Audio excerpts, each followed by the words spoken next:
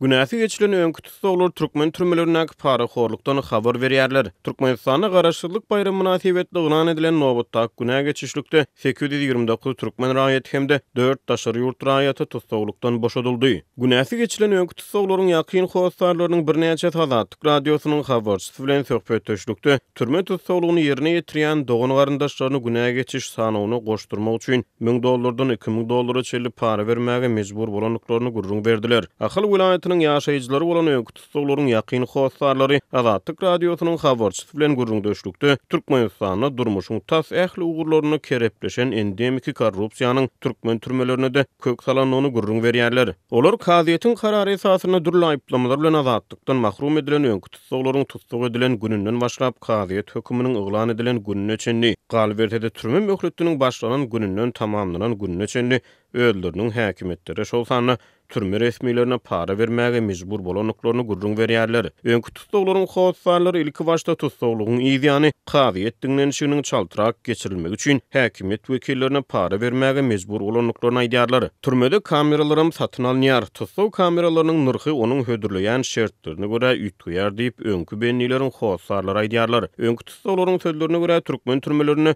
kommersiýa ýa-ni täzirçilik kameralary adlandyrylýan tutsaw jaýlary bolup bolar.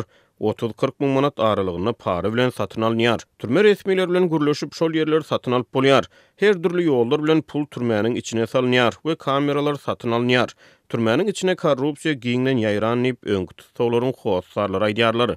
Olar türme garawullarynyň we türme başlyklarynyň para alýanlyklaryny aýdýarlar. Öňkü tutsawlaryň howaslarlary günä geçiş üçin tölen paralaryny kanun goraýjy edaralaryň işgärlerine, şol sany prokuratura işgärlerine we sülçülere berenliklerini aýdýarlar. Azatlyk radiosy bu aýdylýanlar boýunça Türkmenistanyň baş prokuraturasynyň hemde İçeri işler ministrliginden kommentariýa alyp bilmedi. Para bilen günä geçiş sanawyna goşulan öňkü tutsawlar türkmen türmelerine pulsuz we howaslarsyz tutsawlary hatda käharatlarda yatak jaýlarynyň hem ýetmeýänligini gurrun berýärler. Nowatdaky günä geçiş garaşsyzlyk bayramynyň öň ýany 23 sentýabrda yglan edildi. Türkmenistanyň prezidenti Serdar Berdimuhammedow mart aýyna häkimet başyna geçeli bäri ikinji gedek tutsawlaryň günäsini geçmek barada karara gol çekýär. Mundan ozal aprel aýyna Gadyr gejesi münasibetli Türkmenistanyň 514 bendi türmeden boşadyldy. Günäsi geçilen tutsawlaryň şahsiýetleri barada maglumat çap edilmeýär.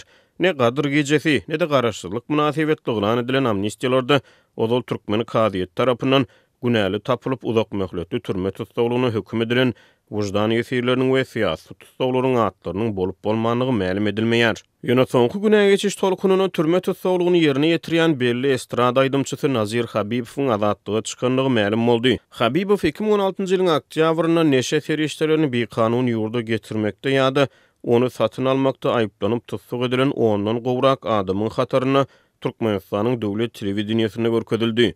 Şonu belli estrada aýdymçysynyň uly mukdarda neşe feriştelerini saklamakda günäli tapylyp 15 ýyl möhlet bilen azatlykdan mahrum edilenligi ma'lum boldy.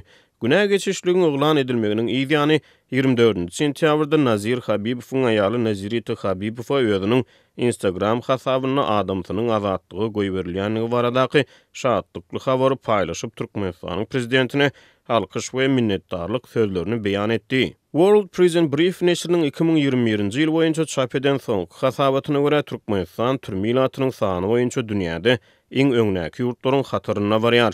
Türkmenistanyň her 100 000 adamdan 576 adam türmede saklanýar. Türkmenistanyň soňky 30 ýylyň dowamynda 14 000 adam türmeden geçdi. Ýurtda möhüm bayramçylyklary gawatlanyp köpçüliklerin günä geçişlik yglan edilýär. Dürli çeşmelere görä diňe soňky 5 ýylyň dowamynda ýurt boýunça 20 000 töwre tutsawyň günäsi geçildi. Ýurdun Jinayet kodeksi ýurtda yglan edilýän günä geçmeleriň şertlerini düzgünleşdirýär. Belli jinaýatlarda günäli tapylan adamlaryň günäsiniň geçilmegi gadagan edilýär. Türkmenistan 2019-njy ýylyň noýabryna korrupsiýa boýunça iş kesilen raýatlaryň günäsini geçmezlik barada karar kabul etdi. Ýöne 2022-nji ýylyň apreline türkmen kanun çykarjylary korrupsionerleriň günäsini geçmezlik kararyny goýup bolsun etdi. Täze düzgün 2023-nji ýylyň 1-nji ýanwaryndan güýje girýär. Galbertede Türkmenistan 2012-nji ýylda Jinayet kodeksine ýürdilen üýtgetmeler we goşmaçylar bilen bir kanun neşe sewdasyna günäli tapylýan adamlaryň günäsini geçmek kanun taýdan gadagan edildi. Jinayet kodeksiniň 80-nji maddasyna görä korrupsiýa we neşe ferişteleriniň psikotrop maddalaryň prekursorlaryň bir kanun dolanşygy bilen bagly jinayetler etmekde günäli bilinip iş getiren adamlar babatda günä geçme we rehim etme ulunulmaýar.